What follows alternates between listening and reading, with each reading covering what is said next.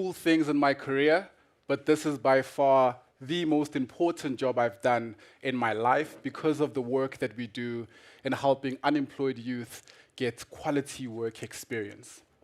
The second honor is that I get to be your program director for this amazing celebration where we celebrate a milestone of having created 200,000, more than 200,000 jobs for the youth of South Africa.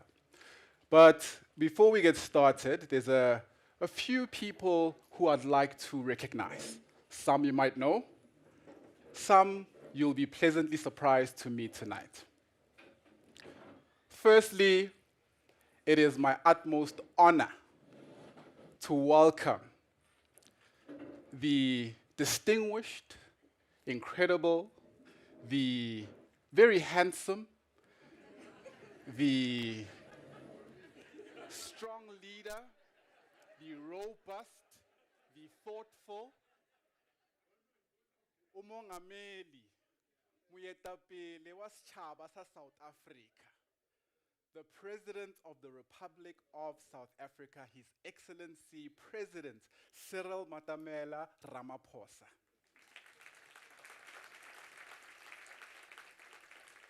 We are honored to have you here tonight. We are led, we recognize the hard work that you do, and we appreciate that you advocate so strongly for the young people of South Africa.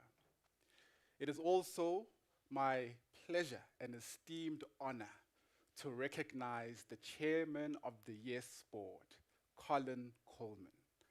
Colin, your love for this country and her youth is truly inspiring. We also have YES board members, Done Nicole. We also have Daniel Minele. We also have Zarina Basa. We are led. Thank you for your strategic oversight and giving us guidance.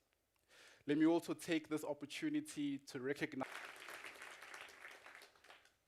the Youth Employment Service is a public-private partnership. Keyword partnership. This challenge of youth unemployment and employability cannot be solved in isolation.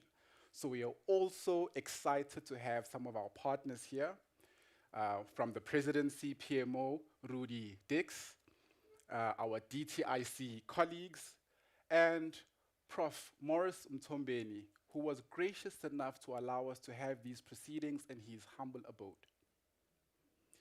Let me also recognize my colleagues from the Youth Employment Service, members of the media who are here to document this historic moment, and last but not least, our clients. I always tell people that I'm married, and I'm married to 1,900 corporate clients, because these are the people who make it possible for the young people of South Africa to get experience into the private sector. Thank you for being not only chief executives, but chief examples of what leadership looks like at the highest level. It is my honor and humble privilege to officially welcome you. And by the way, this is a celebration. So look alive. Yeah? Be ready to have a good time. We're not here for a long time, but we are here for a good time. All right? So I appreciate the makeup, I appreciate the suits, but we are here to celebrate. All right? So it is my honor to first and foremost welcome Mr. Colin Coleman to give us the opening address. Can we please give him a huge round of applause?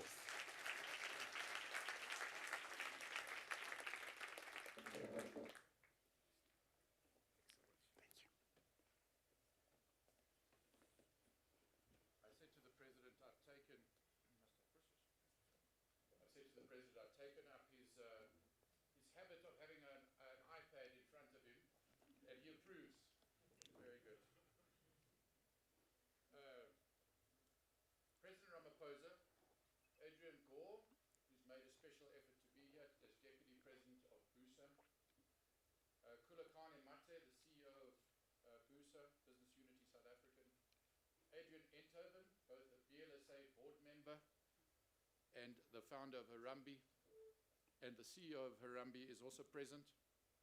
Gregory Mafokeng, Vice President of the Black Business Council, leaders, CEOs, and chairman of participating YES companies and YES partners. I have to point out Daniel Manelli is here as the chairman of Nedbank. Members of the board of YES, mentioned already. Diplomats, I saw both the British High Commission and the European Union and others represented here. Top 35 award winners, Ravi Naidu, and all 83 YES staff members, ladies and gentlemen. We are gathered to celebrate an important milestone for the youth of South Africa. Business acting through the Youth Employment Service in partnership with the government under the President's leadership and all role players in the youth employment ecosystem can today announce that we have successfully placed over 200,000 youth in one-year paid internships on close on 2,000 South African businesses. YES has generated around 12 billion rand in salaries to both YES firing up the engines of the organization and the tremendous partnership with government where we continuously work together to identify and remove obstacles whilst putting in place, refining and gazetting meaningful smart incentives such as the employment tax incentive and the BBBEE levels up for companies meeting YES targets. YES is therefore today in the darkness of structural unemployment, a ray of light for the youth. This has been a patriotic effort by many over the years since we launched the Youth Employment Service with the President in March 2018. We must immediately call out and congratulate the champions, the companies that have led the way. Since inception, Nedbank, and I want you to listen very carefully, Nedbank and Shoprite have each taken over 15,000 interns.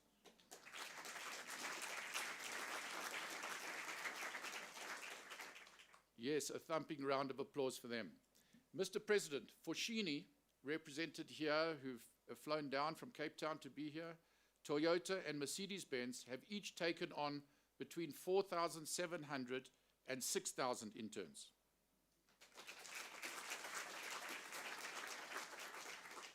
In the lifetime of YES, Investec, Volkswagen, Absa, Bidvest, BMW, and Anglo-American Platinum, now known as Volterra, have each taken over 3,000 interns.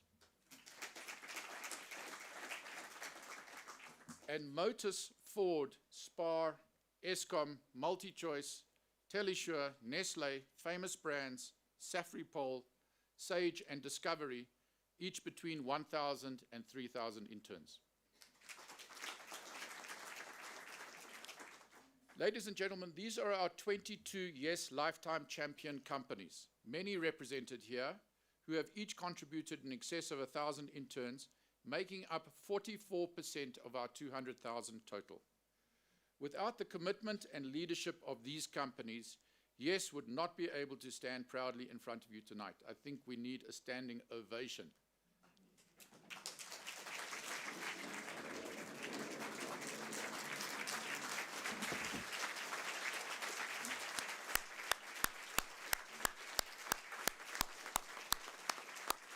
Thank you. You may sit down. Yet, Mr. President, we must temper our joy at reaching this milestone by reminding ourselves of the desperate plight of the unemployed youth in South Africa.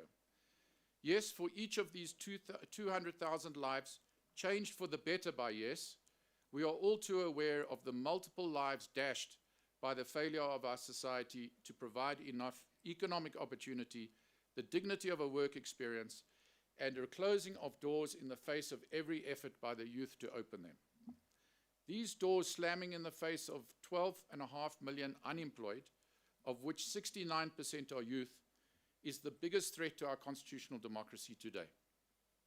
I know, Mr. President, that you spend all your waking time focused on this critical issue of youth unemployment. And indeed, you were the person who called out to business leadership, to Stephen Kossef and myself, at the Union Buildings in 2016 to take on this challenge. I remember it clearly as as of yesterday, walking through the Union Building auditorium, discussing the matter. Yes was a dream then. It is common cause that the sustainable solution to ending structural unemployment is massive job creation through stimulating economic growth, and that in order to absorb the current net 300,000 entrants into the economy each year who cannot find jobs, we need a minimum of 3% growth per annum. In fact, to create a tidal wave of additional jobs to add to the current 17.1 million employed in South Africa, what is required is then to precipitate the decline in the unemployment rate and economic growth of closer to 5% per annum. This we know well. It is to be welcomed that today we can agree, Mr. President, that green shoots are now appearing in the economy after a decade and a half of disappointing growth of only 1%. The stabilization of government debt, upgrade in the sovereign rating, albeit to 2 notches below investment grade, the FATF grey listing being lifted, the introduction of a 3% inflation target, which has seen a drop in bond yields and a strengthening of the currency, steady improvements at Eskom, and early signs of the same at Transnet are all most welcome indicators of a potential turnaround of our economic fortunes. This is good news for confidence, investment, and ultimately job creation. Mr. President, in the business community, the signs of this turnaround are palpable and the excitement is palpable. For this sentiment to be sustained, however, and proven to be real for those outside the economic mainstream, in particular the jobless, we, business, government, and civil society, I believe, need a coalition of willing patriots to unite on 3 fronts. Firstly, a common single-minded effort to drive much higher rates of productivity, investment, and economic growth. Key here is a deep and probing exercise to cut wasteful, consumptive state expenditure and recycle budget savings into high multiplier productive investment, such as supporting SARS, micro-enterprise grants, and capacitating the NPA, to make our national budget work harder for taxpayers and all South Africans. Also key is ensuring our industrial policy defends jobs currently under attack, such as amongst our client base in the automotive sector, using incentives, subsidies, and even, yes, tariffs to protect the competitiveness of local manufacturing.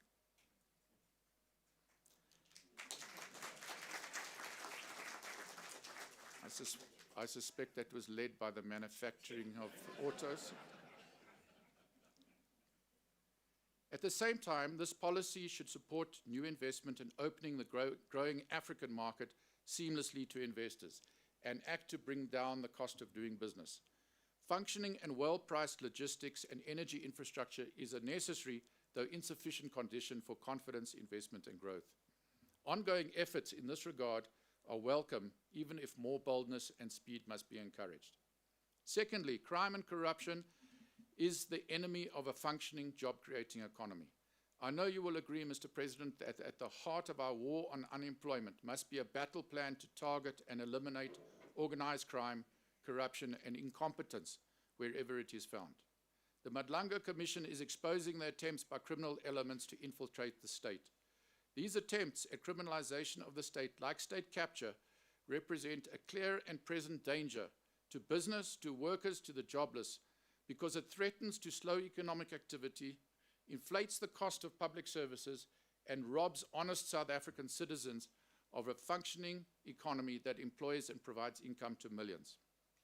Yes, it is true that joblessness and inequality creates conditions for a rise in crime.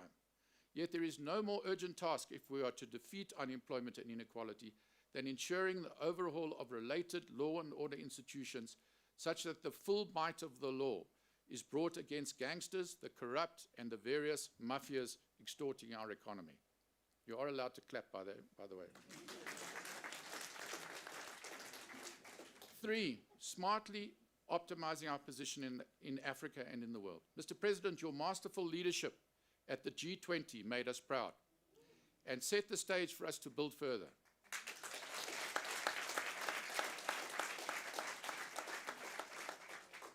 I have called before for economic diplomacy to lead our foreign policy, because where we may not succeed on every geopolitical stage, we can find friends and win hearts and minds amongst investors, leading companies, financial institutions, as sources of technology, innovation, and capital. Throughout capitals of the world, Africa is increasingly seen as the next frontier of global growth. The title of my course I teach at Columbia Business School. And South Africa, despite being a small economy on the world stage, is one of Africa's primary engine rooms. Smart global economic diplomacy is the route to attracting investment into South Africa, and with almost half of the world's economy in the United States and China, we need to turn up the dial on economic diplomacy in these and all G20 nations. This is crucial to our economic growth prospects. So in summary, Mr. President, as co-chairman of YES, I can confidently share with you that we believe uniting around driving much higher economic growth, cracking down on lawlessness wherever it occurs, and employing smart economic diplomacy on the global stage is a combined recipe to sustain this current promising turnaround and produce conditions for the creation of millions of jobs for our people and our youth. We look forward to the day where YES is no longer necessary as an institution, and we hope for that. In conclusion, we are proud of the almost 2,000 companies participating in YES, grateful to our implementation partners, and pleased to share with you that we have now created a robust and sustainable business-only funded and operated organization in partnership with the government that is determined to ramp up the quality, quantity, and speed of our internship program. We are also now providing our alumni youth with financial and other assistance to support the entrepreneurs emerging from our ecosystem, and hope to agree with you more areas of cooperation and further smart incentives to fast-track YES alongside government. With the right focus, Mr. President, we have the makings of a partnership that is setting world records, just like our rugby and cricket teams of late. We're waiting for Saturday for the India one day. On that note, wouldn't it be the ultimate sweet moment if Bafana wins the World Cup next year in New York, and you are there, you, Mr. President, are there to receive and lift the trophy from the President of the host country. We thank you, Mr. President, for your personal support from inception, your team's tireless dedication to working alongside us on our journey. A special thanks to Donne and Rudy in the audience. And we cannot thank the corporates enough who have joined hands with YES to pass the 200K mark. We now have much work to do. We must remove obstacles to speeding up our success. We must persuade the many companies who have not yet participated to do so. And Mr. President, the list is too long.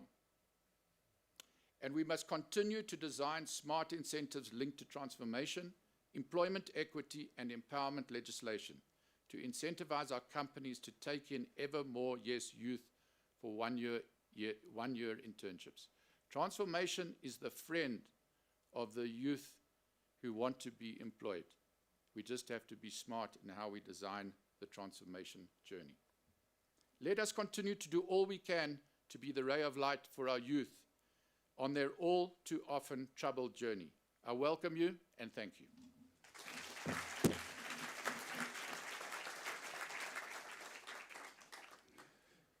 Thank you, Colin.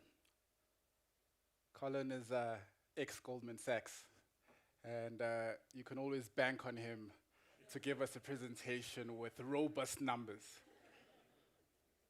Mr. President, it looks like we're going to need you to keep walking, keep those morning walks. We're going to need that youthful exuberance to lead us based on what Colin has just shared. And what I love about the presentation is that behind these numbers are people. And as much as there's a lot of dishonesty in our country, the numbers keep us honest.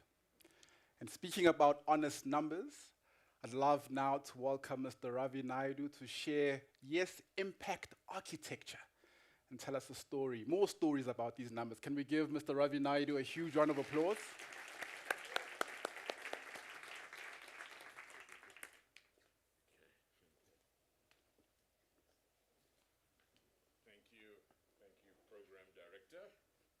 And good evening, everyone, Mr. President. So I want to make 3 points. And the first point is with this lovely graphic behind me, Mr. President. It's got the lovely curve going upwards. You know, these lines must always go upwards in that nice, gentle, and encouraging way. And what that is showing is that the youth internships, as Colin has said, have been growing year on year, especially since 2021, at about 30% per year. And YES has then become a very substantial internship program and is now the largest 12-month internship program in the country, whether public or private sector. So it's making a very important impact. And the number of companies that have been funding these internships has also been increasing. To date, over 1,900 companies have funded these internships. And more than that, what you'll see under the line is some text, and what that is referring to is year on year, YES has been upscaling and upgrading its infrastructure to manage these programs. So in 2022, we, through our call center, were contacting 40,000 people a month, checking, are you being paid? Are you being well treated? Is the company doing the things they promised? You know, is there any cheating happening? It's very important to keep the program honest, and you need verified programs. All of that is what we built. And everyone had a smartphone, so they could keep in touch with us and so on. And then in 2023, we upgraded once more. We said, all right, you know what? Given that we have this data relationship with people, shouldn't we then do, you know, research? So then we launched the largest youth research surveys, 35,000 people in a survey every quarter, so we could then compare one program to another program. Why is this program doing better than that program? Why are some programs reaching 90% absorption versus another? What is the secret sauce that is making this work? So we are able to constantly improve the programs as time goes on, and we can share some of that data and learning with our other partners. Then in 2024, we upgraded one more time, and we said, you know, all this data, companies need this measurable data, because when they do ESG reports for investors, they could claim yes, because it's young people, so it's youth, but also if they go into green infrastructure, renewables, and in Mpumalanga, you'd claim it under the Sustainable Development Goals. And that becomes another way to generate all of this information, these reports for companies. And then in 2024, we also said, you know, what's also very important to make people really navigate the difficult circumstances they're in, let's also ensure there are psychosocial support for them. Therapists, psychologists, the things that will help people deal with very difficult real circumstances in their lives. And then in 2025, we added our AI, our much beloved AI training program, so everyone gets to know how to work with AI, how it can be a tool, how it can be a co-pilot. I'll drop that in for Microsoft that's here. And also exam-based certifications, globally certified. And now, you know, Mr. President, we can do 50,000 exam-based certifications a year. So pretty much everyone in this country who could pass that exam, we could offer that through the partnership, again, with Microsoft. And as Colin said, now we're looking at how do we support the alumni who are starting businesses, and I'll say something more about that, to go further and become impactful, as well as connecting to particular sector strategies, digital, renewables, tourism. YES is being built into sector master plans. So you'll find us mentioned as the talent pipeline in SARM, the South African Renewables Master Plan.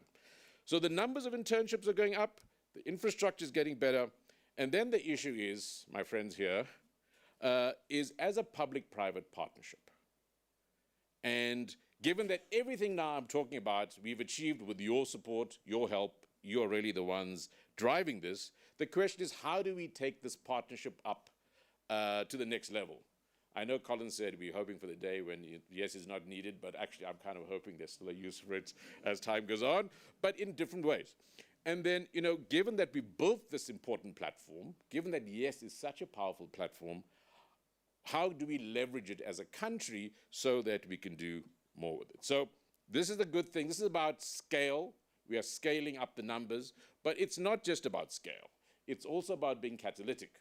So my second point of 3 is, YES is very catalytic in terms of particular individuals. The individuals who come through it go on to become young professionals, powering companies, entrepreneurs, and hopefully future leaders as well.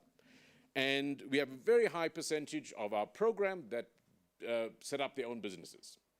And so last year it was 17%, which means 7,100 young people in last year's program alone went on to set up businesses.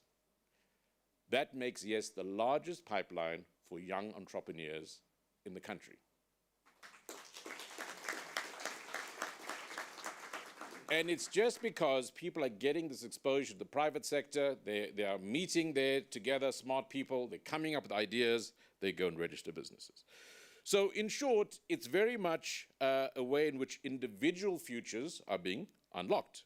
And you'll see on this slide, it says 205,000 at the time that I did this, which was yesterday. Today it's 206,000 and some change people. But here's the thing, about 5 million people have applied. So we are 25 times over subscribed. Now, the question is, how do we do more? And of course, the way in which we can do more is if we have more companies that can join YES and fund these internships. And as Colin said, there are companies which have not joined. So there are 90 big companies that have never joined YES. And we'd love them all to join. Wink, wink, nudge, nudge. And what we also need is for government to make the rules easier for companies to join YES, because sometimes we find the rules companies want to join, and the rules actually, Mr. President, don't allow them to join.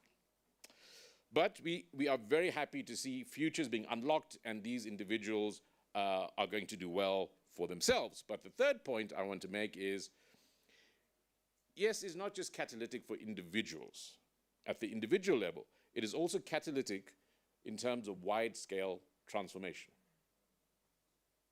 And we know, and this is the impact architecture that is at play here. And we know as a country we have special requirements to advance transformation across the board. It's not about the individual, it's about what the individuals can catalyze through their potential, like a player on a rugby team or a soccer team, really sort of getting into stream and scoring goals. So what this shows is that there are thousands and thousands of people coming from high schools, TVET colleges, universities, and so on, into YES. We as a country spend a lot of money training people. And what we need is to help them get quality work experience so we can get a bigger return on that investment. And that's really what happens. They get the practical work experience with companies. And that is where YES is a major catalyst for sustainable transformation. And I think, as you've said, Mr. President, many times, real transformation is not just about a sale of shares in a company. Real and sustainable transformation is about, because that's a start, but real and sustainable transformation is about having people who have gained real experience in a company, have learned how to manage companies, run companies, and even later go and start another company from scratch that can compete in the same sector. That's when we know we are building the engine, the higher gear for growth. Wide-scale transformation in South Africa requires thousands and thousands of people like the ones we have spoken about and we'll see, to have acquired actual quality work experience, to have gained the knowledge, the know-how, and the most important asset for transformation, intellectual property. So over a period of 5 years, 10 years, 20 years, they've worked their way through companies and to be running those companies and creating new companies. And that is how know-how and intellectual property must underpin wide-scale and sustainable transformation in South Africa. And it is in that way that, yes, with the continued support of all of you in this room, can keep unlocking futures and multiplying impact. So thank you all for your support, and thank you very much.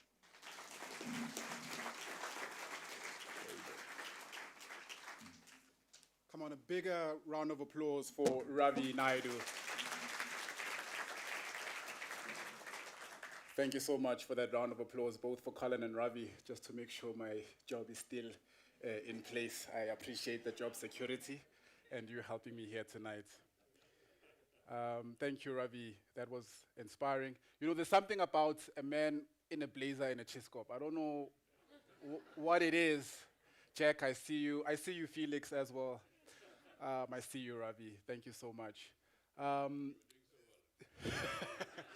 Ish. All right, no pressure. At this moment, let me call Tim Schulz and his panelists to please come join me here on the stage.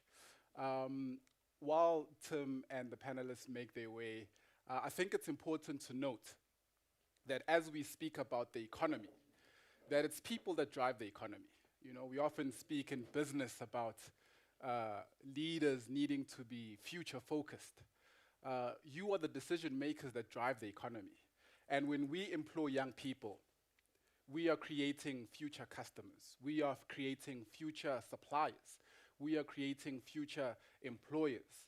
So it's always important to be mindful that the economy doesn't operate in isolation.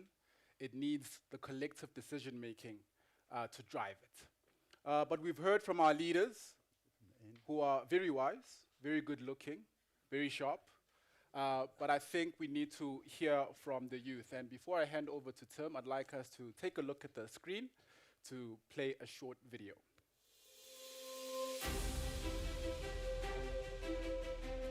I was at my lowest point, right? I have 7 siblings, and my mom, of course, is still alive. And I couldn't provide for them. I should say it was a very dark time. So I couldn't actually concentrate that much at school. I had a problem with capital and resources to grow my business. It's tough being a creative because creativity is not going to dish out. We depended on my mother's old age grant. We were basically surviving on my father's pension fund, so I knew that I had to go out to find a job to sort of be able to fund for my studies, support myself, and to support my family. However, the YES opportunity came through and it opened doors for me. When I started my YES internship in June 2022, I was a business development administrator in Muscura Holdings. So I was working at Pop Art Studios. My sponsor was MultiChoice, and I worked as a researcher and partnership coordinator. I worked for MTN Group as a customer experience graduate. So I was placed at Nedbank under the Human Resources Department as a Human Resources Administrator. During the YES program, I was a QA insurer. I managed to learn a lot of documentation. That's one of the key factors that manages your growth as an employee and as a software developer. To top it off, I also became an entrepreneur. We were a group of 8 YES for youths on the ground, and one very smart lady decided we can start a stockpile. And through that stockpile is when I received my payout, I was able to buy the first machine for Lechabile Bee peanut butter as it stands today.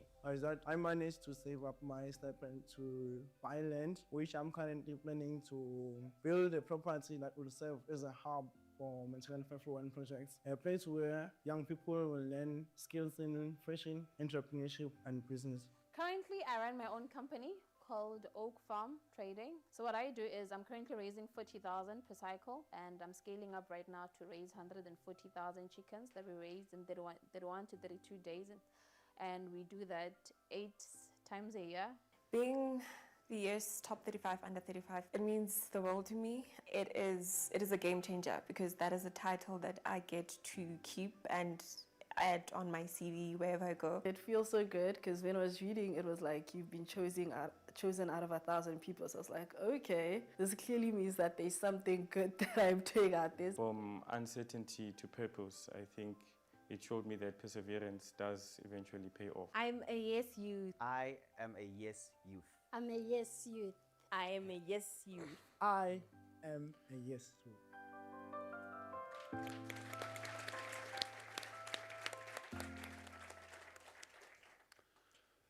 Well, this is the part of the show when you get to hear from the youth, and as I said to Ravi, here I am. My name's Tim Schultz from Brunswick, and Mr. President, I don't know if I call you Chairman Coleman, but I'm not using an iPad. We still have a forestry industry in South Africa, so we're using paper here. So you've seen a wonderful video. You've heard a lot of statistics. Now let's hear real people's stories. So from my right, Tulisile and Taita. Drone pilot, now security manager. Nonkubela Maliza, not a youth. No, I am a youth. A aspiring youth. Director of Corporate and Government Affairs at VW, South Africa, and Sohail Dorda. You are going to explain what you do in a moment. But before we get there, let's start. Tulisile. You come from Katlehong. You were unemployed after you lost your job, as you said to me, as an admin assistant to a tenderpreneur. Now we check, that's not Captain McClellan at all. Okay. Yet you became a drone pilot, and pretty soon you were promoted on to security manager. But how did it start? Oh, well, a friend of mine told me about the drone program, and then I also heard about it on radio. Then I applied, but then they did not call me for an interview, but everybody else was called for an interview. Then I woke up, took a bath, and went straight to the hub, the Alex hub. Then that's the youth, the Yes Hub. Yes, the Yes Hub at Alex. And then they didn't call, and I was like, I'm here for an interview. And then they checked the list, my name is not there. They're like, your name is not on the list. I'm like, okay, I understand my name is not on the list, but I am here, and I'm going to have the interview. And then I had the interview. They told me on the spot that I made it for the program. Then when I was in the program, I made sure that I passed all my modules at the record time, and I grabbed every opportunity that was presented at me. Then they also presented the Allison courses for us, and then I did the security management certificate with Allison. So then the rest is history. I'm here now.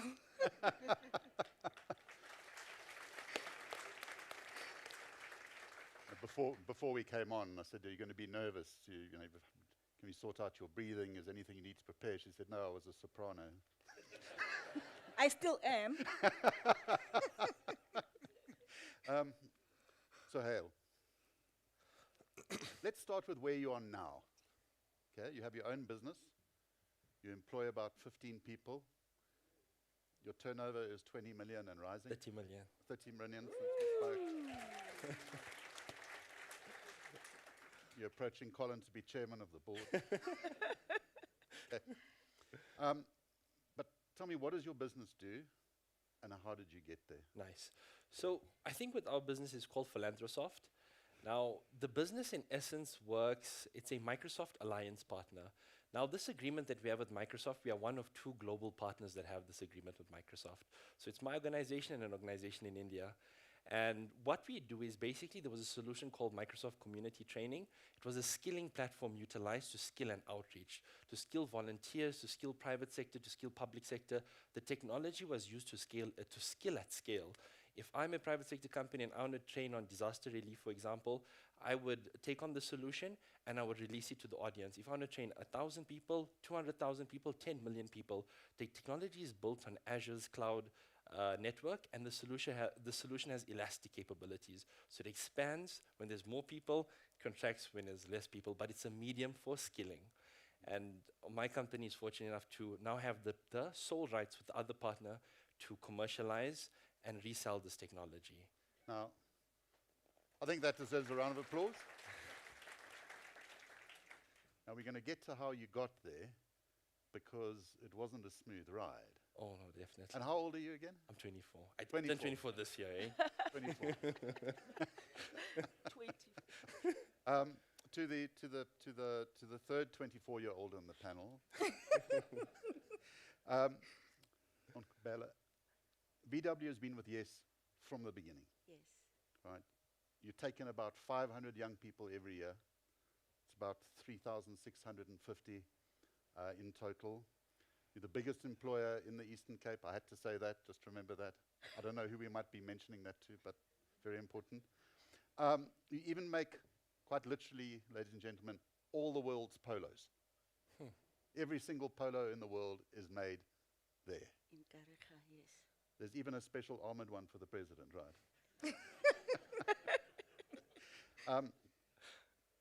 So why are you such a strong supporter of YES as a corporate? So, Tim, I may not be 24 years old or a youth, but I am youthful and young at heart, okay? Thank you. Yeah, so why, yes, we are very strong, committed to YES. We love the YES program. And why do we love it? First of all, because we're a responsible company. So it's part of our value system. Part of our value system is to contribute to solving societal problems. And in South Africa, youth unemployment, and in the Eastern Cape, where we're based, youth unemployment is one of the biggest societal problems that there is. So we couldn't sit back and do nothing. So this is not the only thing we do, but this is one of the largest things we do in terms of solving, contributing to solving youth unemployment. But the youth also work for you and produce things. Yes, they do. Yes, they do. So it's also about us. We love connecting young people, talent to opportunity. And it has had also in our workplace a very catalytic impact in terms of opening up new markets, learning how to bring more people into our marketplace, and how to sell to markets that are non-traditional, and all of that. So yeah, that's why we really do it. I mean, the BE level up does help as well, but that's really why we do it and why we're such a strong supporter and advocate for it. And I remember when you said when you first started, there was some degree of trepidation within the company. What are we going to do with these young people? Now they arrive, you know, how are we going to use them, and in the dealer network as well? How has that changed? Yeah, I mean, look, at Volkswagen, even if you're going to be a shop floor worker, we require shop floor workers to have a matric. And we require not only matric, but matric with maths. Because of the, we've become highly mechanized, we have got 70% robotics, digital skills and all of that have become very important. So it's, the automotive sector in general, I've seen some colleagues here, it's very highly skilled, capital intensive, knowledge intensive industry. So there was a lot of trepidation about bringing young people who, may not have qualifications, do not have experience. How are they going to cope in this, workplace that is becoming more and more demanding from a skill and, capability point of view? So there was that initial resistance and kind of like, is this appropriate for us? And of course, 500 was a big number. It's almost 15% of our total workforce. But what happened was we were brave. We were brave, and we took the risk. We took these young people in, and I mean within the first couple of months, a lot of business areas were really surprised by the talent of people that came without qualifications, so-called qualifications and so-called experience. And I mean the changes and the some of the business improvements or impacts that it brought. There was one young person that was placed in a dealership, and I think within 6 months they had sold 5 cars, and nobody had expected they would be able to within such a short time. But that was because they were connected to other networks and other ecosystems that nobody in that dealership was connected to, and they were able to then tap into that and knew how to sell to those people in a way that the people in the dealership were not able to reach. So that's what we've been able to tap into. I think that's very important, because what you're saying, this is not a charity exercise. This is a relevance and an outreach, but where you find the talent, you use the talent, and then the talent helps the business grow, and that's why you keep coming back for more every year. Exactly. Now, is there anybody in the room who's not worried about Transnet? Particularly, say, for instance, the coal lines. I look around and I see a few people, Rudy, I see you there who've been working on this. Well, as you know, there's been some improvements. Tulisela, you were part of that. Tell me about the work, because people here had sleepless nights, but you were working nights. Yes. Okay, so part of the job as a drone pilot. We were doing surveillance. We still are doing surveillance for Transnet because we know that we've got people out there that are always looking to steal the cable. So I am part of the people that are doing the crime prevention by doing surveillance on the railway line to spot the people that are trying to steal the cable. And the pipelines. And the pipelines as well. And the zamazamas. Yes, we do. Yes, we do.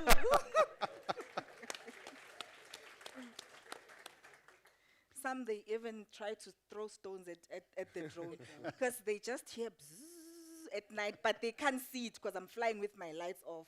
Isn't it that I have a BV lot that I got from Yes? So now when I fly my drone, it's up there, it's dark, and then you just hear a sound, but you don't see it. I'm the only one who knows where it is. Thanks to Yes, clock it.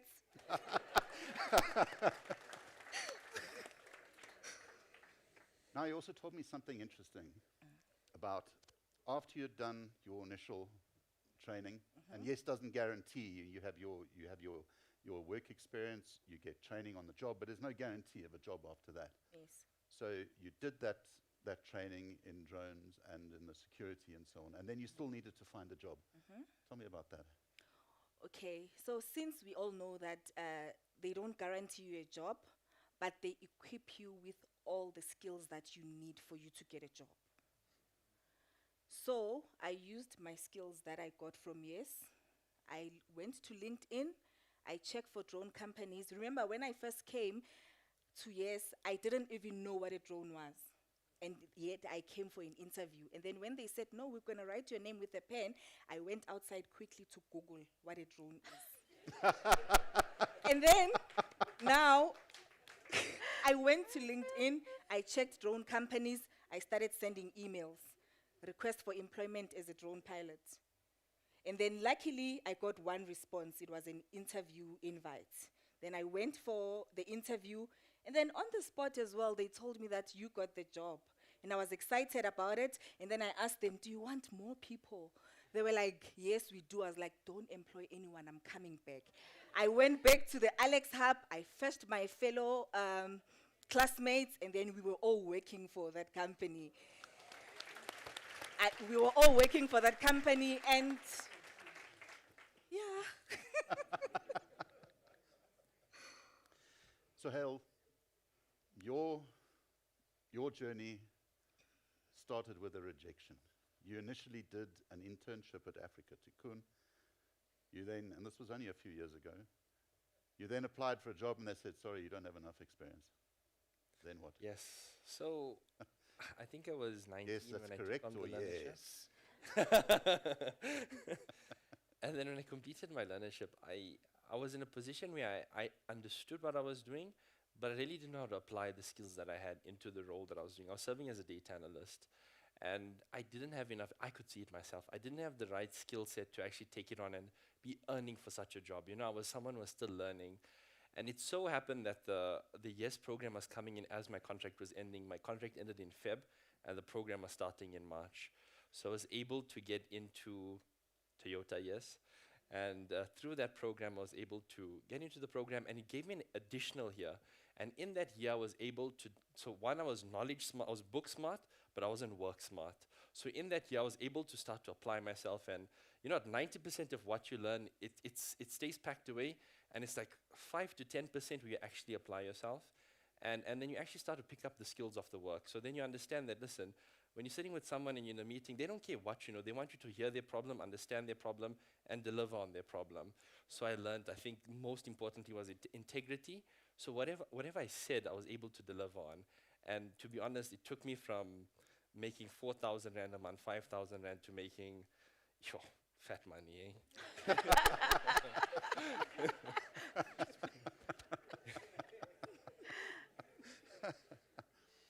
And your job now, quite literally, is to help with digital transformation. 100%. So you see, when I was at Africa Tikkun, I worked in an agency where there was also, I would say, a placement partner for YES. And I would see hundreds of learners coming in daily, you know, looking for jobs, trying to get jobs. You need to understand how hungry young South Africa is for jobs. They come from homes where they don't have a lot. They come to Africa Tikkun and they're looking for work. And your job is you're looking at these people, and there's so many of them, you don't know who to help and where to start helping. So it always played in my mind, there must be a simpler way to do this. There must be a simpler way to do this. Look, I'll be honest with you, I'm someone who's super lazy.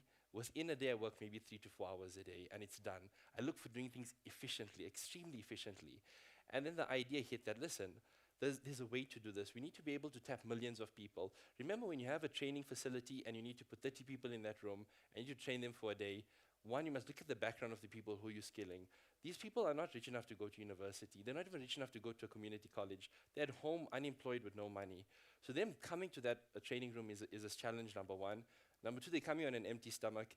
Yes, have you ever been hungry and tried to concentrate? It's tough, you understand. So these are the conditions that I've put together, and you want to train them in a classroom, and then they need to come for 3 months, 4 months, 6 months. It's difficult.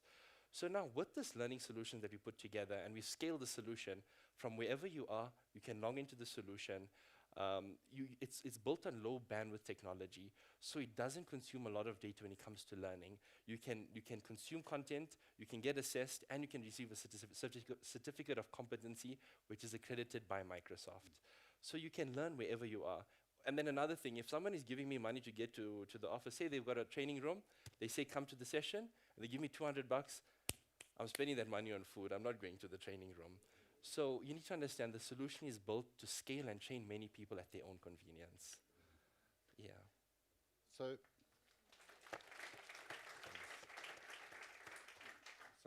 from rejection for your first job, it's quite a steep learning curve. Oh. And you've got more to say, I know. You need to understand something. When you're young and you're trying to make it, you need to understand something. So you're getting a stipend. It's earning like 5,000 Rand. I come from, I would say, a low middle class family. So my dad didn't have enough money to give me to go to work or to drive me to work, to jump in a taxi. You know, this was my first time jumping in a taxi. I'll be honest with you, it's hard to jump in a taxi, you know. You stand on the side of the road. If you're going to Alex, you put down your finger. If you're going to town, you put up your finger. It's a learning curve, but then you must understand something. I think credit where credit is due. The system, the taxi system is super efficient. You can get anywhere with 100 bucks in your pocket. So you learn how to budget your money. You learn how to budget food money. And I tell you what, I'm big now, but back then it used to be thin like a stick, eh? Food is expensive. So you have to budget your food, your transport. You have to go for events. You have to go show up at meetings. It's a lot. You can be dealing with so much during the day, but you show up, you always put your best foot forward, and you can go places, you understand? Show up with a smile, show up with the positive can-do attitude, it'll take you far. And most importantly, throughout my journey, there's been people of Tim's age, your people's age, that are willing to give advice. Late youth. So people are always looking to impart advice to younger people. I've noticed that this generation that's currently leading the country, they are so eager to share their knowledge and wisdom. I think as young people, we need to be able to listen more and humble ourselves. There's too much happening on Instagram and TikTok. We're getting blown away.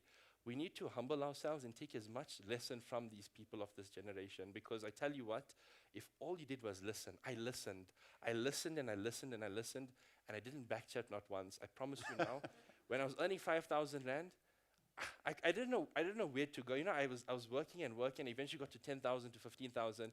You know, believe it or not, now in the room I take home about 100,000 a month. But you need to understand something. It took a lot of listening to elders, taking advice. When they correct you, listen, and don't make the same mistake twice. I promise you, the sky is the damn limit.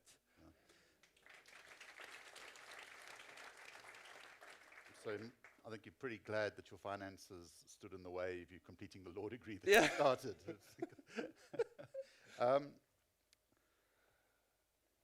Now, at VW, the skills profile of what you need from your staff is evolving and it's changing. How do young people in the workplace, how do you think about them? What do they need? What do you need to give them more so that they can be more productive, have more career paths within a company like VW? We need a whole range of skills, everything from technical skills, engineering skills, but data skills, AI, everybody knows digitalization, we're going into automation, but also project management skills, and also communication skills, ability to work in teams, ability to manage yourself, ability to manage complexity, and all of those things come with time and experience. They don't happen, it doesn't happen overnight. So, and yes, we give ongoing training and exposure, but it's also a function of time. You cannot, there's no way around it. So for us, one of the things that we would make, the YES program even more impactful, both for us and for the young people, would be if it was extended, instead of it being a 12-month program, if it could be like an 18-month or 24-month program. That would help incredibly, Mr. President, because it breaks our hearts at the end of the 12-month period when we have to let go of a significant number of these young people, because, whilst we have improved our absorption rate, but because our sector is also facing headwinds locally, if you know what I mean, because of all of the other cars that are not manufactured locally that have become very popular, which, makes our lives very, very difficult.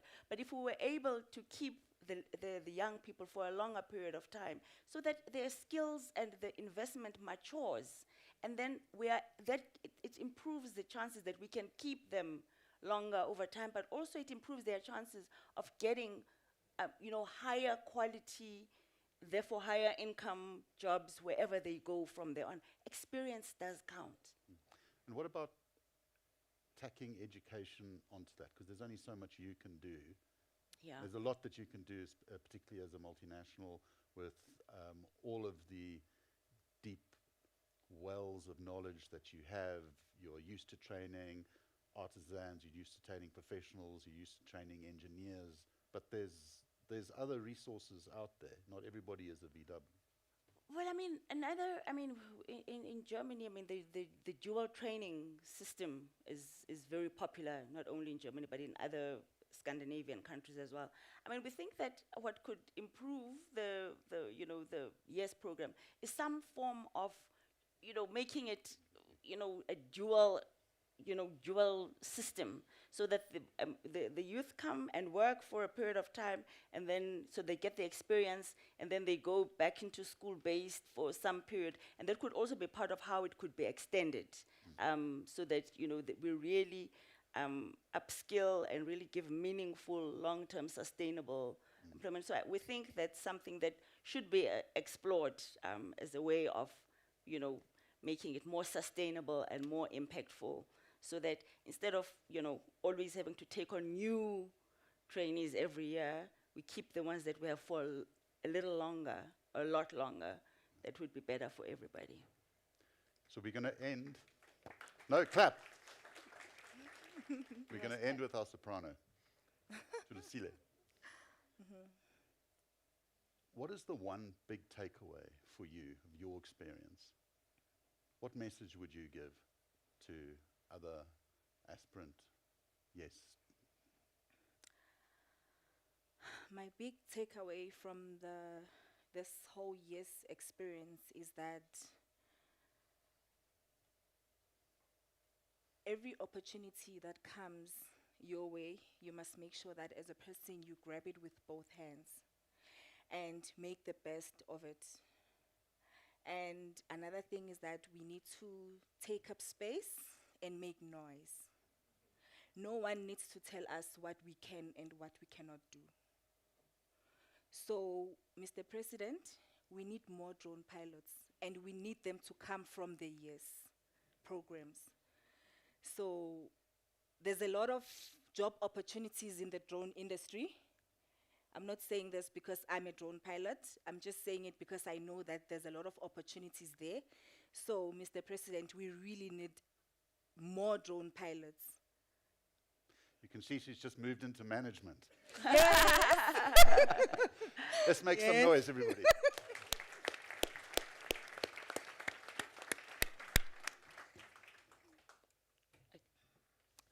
thank you very much. I'm now going to hand back to Colin, who will introduce the President. Thank you, everyone. No. You salute.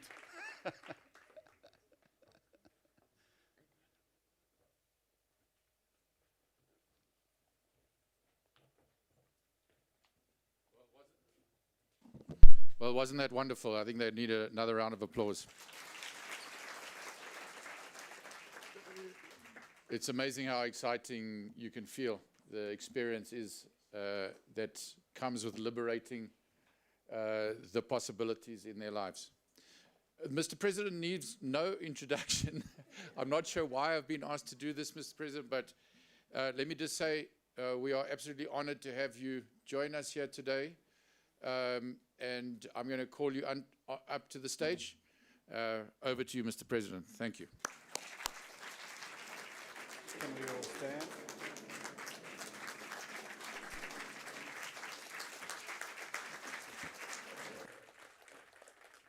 Thank you, Colin.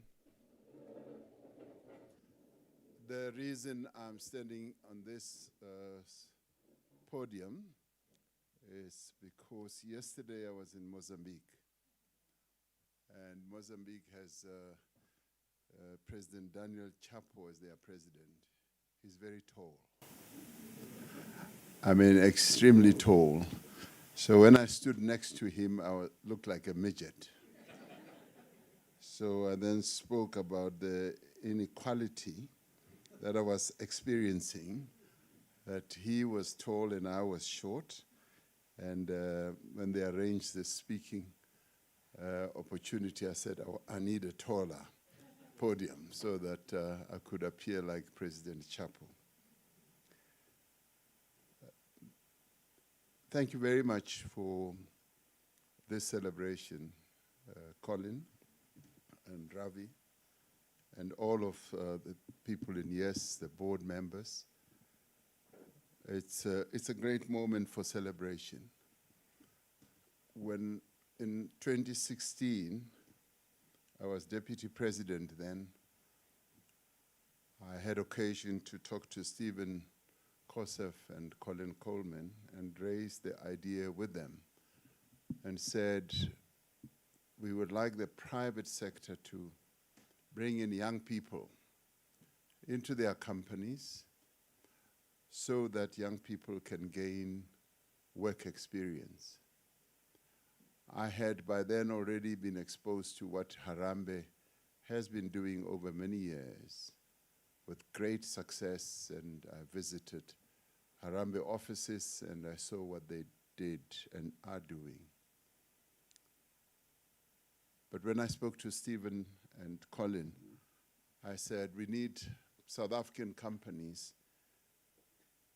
to give young people the work experience they need, because quite often they qualify or finish their matric and find that they have no work. Some of them get degrees, diplomas, and what have you. And I'm very glad that they took the idea quite seriously, because I threw a challenge at them, and they accepted it as two great South Africans who really truly love their country. And it was also during COVID that I sat down with them and threw another challenge at them. We were going through COVID, and I said, we need companies, we need a financial system in our country to assist companies that were facing great difficulties. That's when we then came up with the 200 billion rand package to assist companies. But that never really got taken up. March, only 20 billion of that was taken up, and I still have a big grudge with the companies, with the financial companies for doing that. But coming back to YES, what they then said as we were in conversation, Stephen and Colin, was the private sector needs to be incentivized to do this. And I then asked what type of incentive would they need, and they said one of the things is to give them BE points. And we then proceeded to get DTI at the time to work on a package. And a package of incentives was worked on. And even then, I thought it was a bit lightweight. But I'm rather glad that today we're celebrating more than 200,000 young people who've been brought in by the 1,900 companies. And this is a phenomenal success.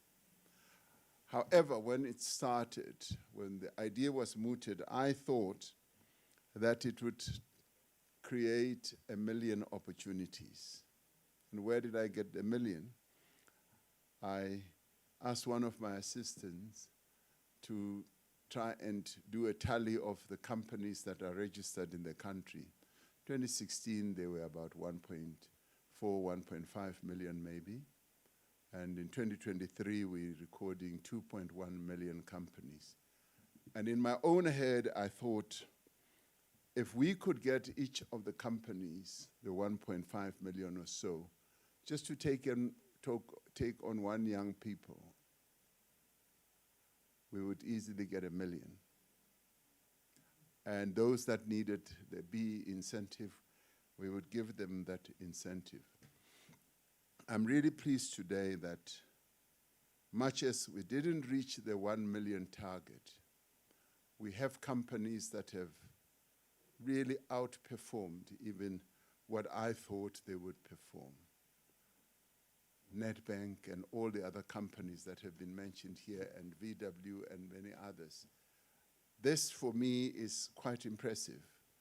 So impressive that I do think it is possible to do much more than what we have done. And if it requires some more incentives, we would be prepared to look at the type of incentives we could have so that we could get more companies to participate. Recently, I went to Switzerland. Angela Merkel, the former Chancellor of Germany, and I had formed a very good friendship. And she had told me about the dual system that my sister, who is aspiring to be a young person, Notqubela, was talking about. The dual system, which has worked extremely well in Germany, in Switzerland, and Austria, or a few other countries, where companies on a voluntary basis, and this has evolved over many years, on a voluntary basis bring in young people, and they have the dual system. They do their own the learning at a tertiary or whatever institution, and they come and work in the company for a certain period. And Notqubela, I've learned that experience in the company does extend beyond 2 years, up to 3 years. And when I ask the companies, why don't you seek incentives? They say, no, we don't work on an incentive basis. Because what we are really doing is we're investing in the future. Those young people that we bring in may not be very productive in the first year working for us, but in the second year and third year, they become productive. So we are investing in them to make them more productive, and they are our future employees. Now, that planted an idea in me that why don't we have a dual system in South Africa? If we had a dual type of system where young people could learn and at the same time be brought into companies, and wherever the companies are, and work for a while. It's either they learn for 6 months or whatever, or we do what YES does now. And Notqubela, that could also be the YES program, where they are brought in slightly larger numbers, and they work for 2 years or more. Now, since South African companies have become accustomed to incentives, and we do have, yes, I do realize that we may not be able to get them to wean them off from the incentives, like you wean a baby off a mother's breast. And since we're not able to do so, is there another way of increasing the number of participants in the YES type of program? But then again, I've been giving quite a lot of thought on what do we do with generating a real skills revolution in our country. In 1994, the new government said we want to have a skills revolution, and we're going to get companies to pay a skills development levy. That skills development levy, almost on an annual basis, yields about 40 billion or so. I may be wrong with the actual figure, but the University of Stellenbosch has done a study. It yields something like 40 billion or so, and it is used through our CETA system. I've said to my Minister of Higher Education and Training, let us look at how we transform that whole CETA system and bring in more young people into real training and see the extent to which we can combine what YES does, what Harambee does, and what our CETAs do. And that could then give us a real skills revolution, because that is the way to go. Now, the incentive could well be, how do you use the tax incentive scheme, which is there. Not many companies participate in it. I forget the actual figure that SARS actually gives rebates for companies. And we have the skills development levy.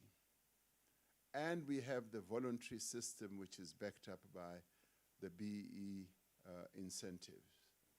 And a combination of all that, I do believe, could create a powerful, powerful skills revolution in our country.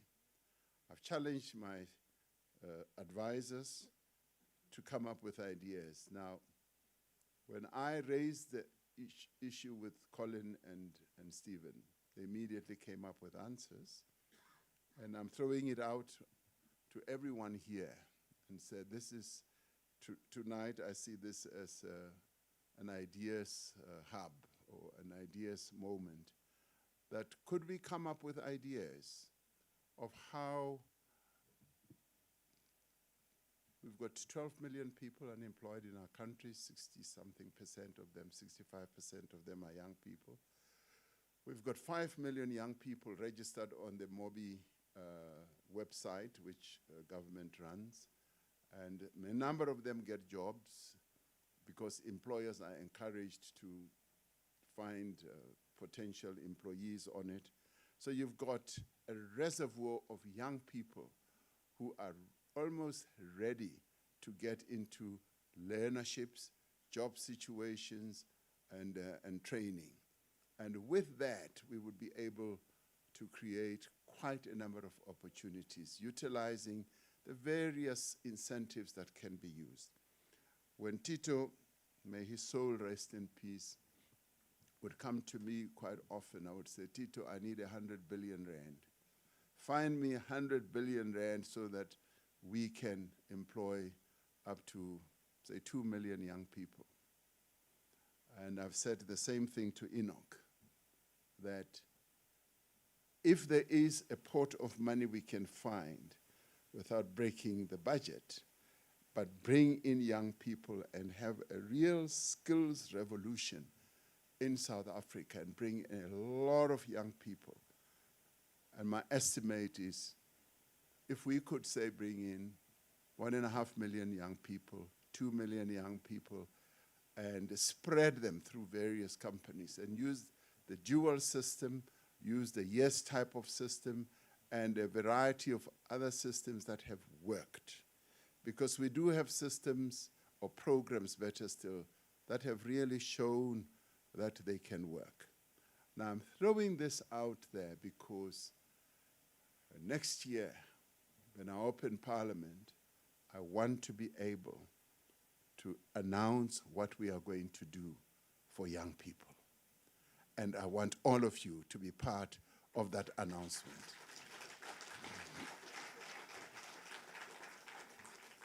Yes, Colin said this is a time bomb, and indeed it is. For a country to have such a number of young people unemployed, 300,000 or so of them coming into the employment seeking cohort is quite a huge challenge. And we therefore need to enhance this partnership. One of the great things that we have in our country is the partnership that we have engendered between the public sector and the private sector, as well as labor and communities that have bought in. And NEDLEC is the institutional framework that we have to enhance cooperation amongst all these partners. But between government and business, we've taken cooperation to another level. And we have found ways of resolving many problems. Some of the things that Colin was referring to, the green shoots that we are now beginning to see, is as a result of really good cooperation between government and the private sector. Cooperation that is really yielding results. And I've often said in our joint meetings that I want us to focus on job creation. A number of ideas have come through. They need to be implemented. But I do believe that the real cooperation that will show great success will be in bringing young people into employment. Now, the YES program, which Ravi says will keep on growing, is showing great efficacy. And Colin, I do not wish the YES type of program to die. I want it forever, because our corporates are clearly showing that they are utilizing it to good effect. And for transformation, transformation should never be a process that stops at one stage. We should continue to transform, because through transformation we are then able to address the challenges that will keep coming up. So I see either a reformed YES program, a reformed CETA process, and many others that are combined, where we have a thoroughgoing skills revolution with either a dual system, learning and working, and bringing in more young people into the world of employment is going to be the answer. But today is a day for celebration. And I celebrate the companies that are participating in the work that has been done. It's phenomenal work that has been done. And there are quite a number of companies that have gone way beyond, I would say, the call of duty. And I applaud them for what they have done. Because the 200,000 or so young people who've been brought in, it's just not people, it's futures. Their lives have been transformed. What we have done, we've unlocked their capability as young people. And the one thing that we need to recognize is that our young people are capable. I mean, just like Tusile here, she knew nothing about a drone. And today she's helping to arrest people who are stealing cables. And that shows great capability. And what I admire with Tusile, which I will tell young people to do all the time, never take no for an answer. Because she was not on the list of those to be interviewed, and she just went and said, I am here now. What are you going to do about me? And she got a job. And that is a very good spirit of, courage, of enthusiasm. And in our case, when business and government come together to work together in the YES program, it is really consolidating our shared vision, the shared vision that we have had of sustainable and long-term impact. And it is long-term impact that has a great impact on the economy of our country. the economy that Colin spoke about. What do we want? Do we want to see our growth being limited to 3%? No. We want to see our growth going beyond the 3% to 5% and more. One time when I spoke about 3%, as people often say, they said, oh, yeah, he goes again, he's a dreamer. Yes, I am a dreamer. I am dreaming big for the young people of South Africa. That's what I am doing. Now, from the onset with this program, as we started it, we saw it as an integral part of our national economic growth strategy, as opposed just to a social add-on. And let me say that I'm rather glad that the many companies that have participated have not seen it as an act of charity and have not seen it as a social grant. They have actually seen it as an economic imperative. And at that time, government undertook, yes, to support this effort through providing, yes, with a package of incentives. And I'm already saying, I do believe that those incentives were a bit too light. We were focusing more on BEE, but the real focus should be on getting young people to get jobs. That should be the real focus. And so therefore, we should have been focusing on how, yes, we assist companies and support them to assist us in job creation. And this is where the real partnership between government and business has proven to bear really good fruit.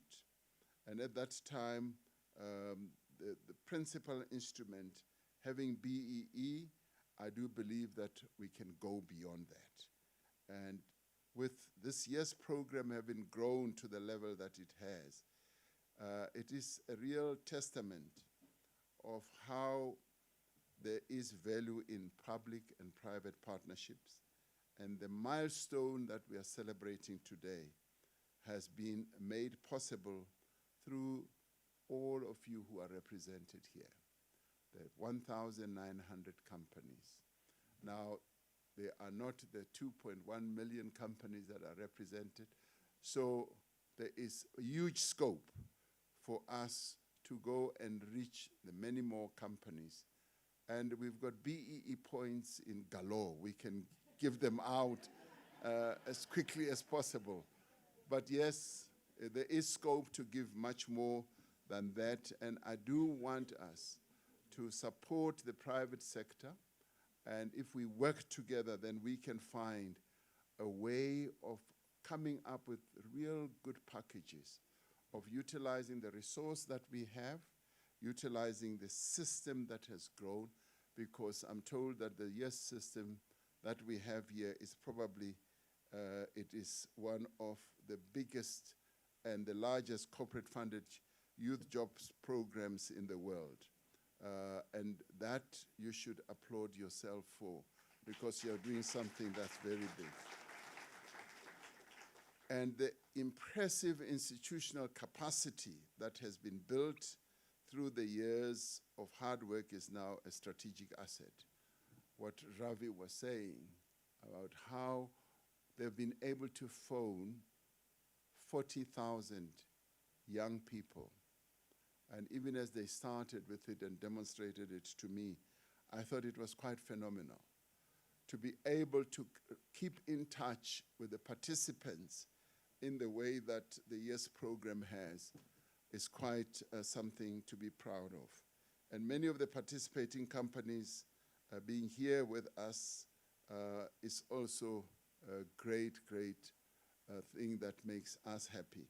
And we are equally encouraged by the new forms of partnerships that companies are forming in support of YES. I'm told that there are quite a number of other levels of partnerships. For instance, Microsoft, 5.4 billion data center investment, alongside which it created the AI Skills Hub, which I think Sohail was talking about, and where they will be able to certify 50,000 young people per year in high-demand digital skills. And even when we went to launch this with Microsoft, it seemed like a dream. but it was an initiative that they were putting at our disposal as a country. And now incorporating it as part of the YES program is quite phenomenal. And I do believe that a number of other South African companies can also come up with their own ideas of how we can give assistance or support to young people.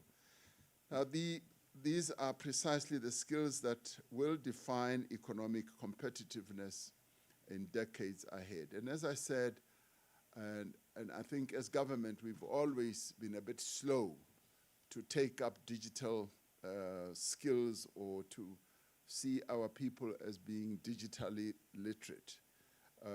We've been slow, and I've often said that to my colleagues, because I found that ordinary people in our country are so literate when it comes to taking up digital or technology. And I saw it when we started distributing the social distress grant, the SRD, the 350 grant. We did not do it through giving people cash. We did it digitally. And initially it was 11 million people, came down to 9 million people. I think it's around 6 million people. And every month those people get their money.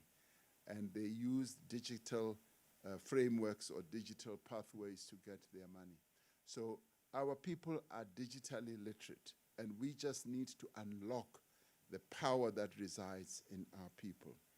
And this, for me, what Microsoft have done is a powerful example of how investment, skills development, and youth employment can be integrated into a single national project.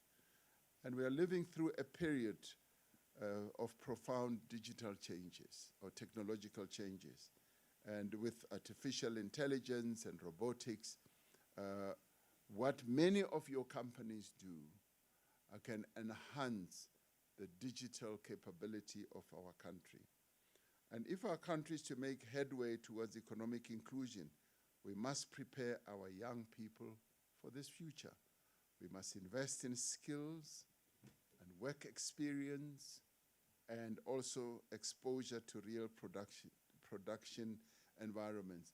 You will find that many of our young people who even graduate from universities are not so well versed in the world of work, and therefore they need that experience. And the YES program, or what we may even transform our other programs as, will be a great benefit to young people.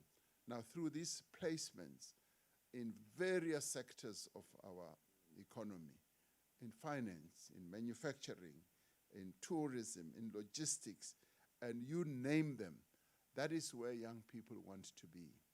And we already have that reservoir of young people in the Mobi youth website, about 5 million of them, I'm told. Rudy always tells me that more and more of these young people are coming onto that website. It shows that they are hungry for work experience, they are hungry to get employed, and we just need to make the opportunities available to them.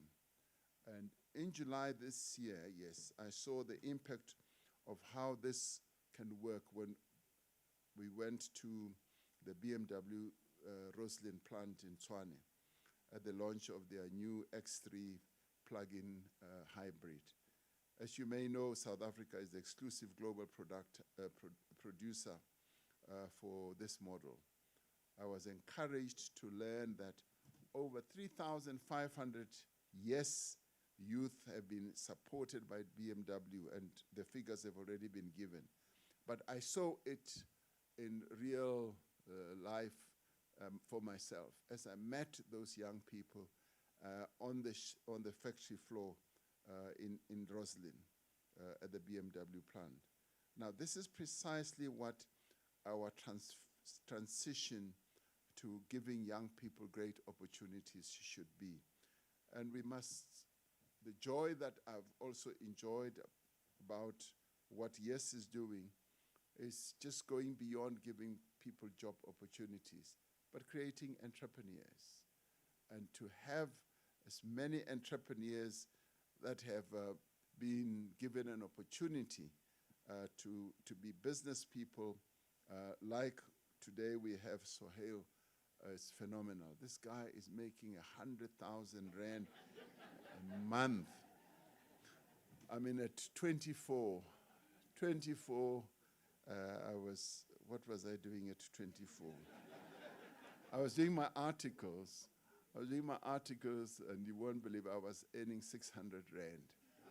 So now you are 24, you are earning 100,000 rand. And this is the power of what we are doing today. And we must stick to it. I think today gathered here are people who are really who can power South Africa to move forward in a much bolder way.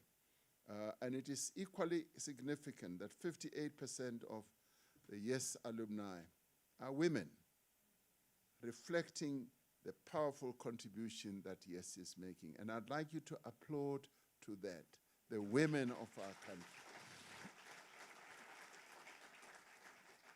Now, as we say, you know, you empower a woman, you are really empowering a nation. And to have 58% of the participants being women is something that we must be proud of. It is a source of pride to us, and we were able to showcase, I believe, the YES program as a case study at the recent B20 summit in Johannesburg under South Africa's G20 presidency. And I just wish that those who stayed away from the G20 should have heard the story. Now that they say terrible things are happening in South Africa. Wonderful things are happening here, and we're beginning to demonstrate. And for me, this was a great moment, and I'm rather glad that there are the business leaders here from BUSA and BLSA who took it up on themselves when the business people of the world were here to showcase what we are doing for young people. And I'm told, other people told me that many people were blown when they heard about the YES program. And this is real accolades to all of you who participate in this program. It is unique, it is a truly South African-made program, and to have showcased it at the G20 is really something that makes me happy. Now, even as we celebrate the creation of nearly 200,000 jobs, I do believe that we can do more. We can do much more, as I said right at the beginning. Now, I want, as I conclude, to see a real skills revolution. And as companies, we can participate with government in that. Now, government is willing, and there are quite a number of areas of incentives that we can look at. Now, I'd like to invite you, particularly BUSA, yes, as well as BLSA, also to work with my office in the presidency, to work with the ministries, to see what we can do to really turbocharge the skills revolution that we envisaged in 1994. And if we have the will, and if we have the big, audacious dreams of doing so, we can bring in many of the young people into employment. And my target could easily be 1 million, and it could be 2 million, and we can even go beyond that. And as I said, if we can get every company many companies rather, to participate, we can easily exceed that target. And that is what I believe we could be capable of doing. But then again, this is a day for celebration. This is a day of looking back at what we started in 2016, and to say thank you to Colin Coleman, to Stephen Kosev, and say thank you very much for having taken up the challenge that I threw at you, and you've done it with great aplomb. And also thank you to the board of YES, Donay Nicol, who is now my full-time boss, keeps me briefed about the progress that is being made. And I think we can go to higher levels with the YES program. So thank you to you all. all the companies that are participating. I really think we are onto something really good here. And if we ever wanted to make South Africa great, this is what we should do to make South Africa great again. Thank you.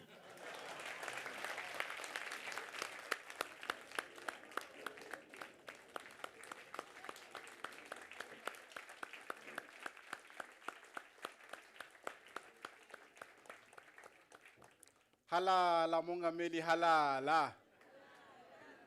Halala, yes alumni halala.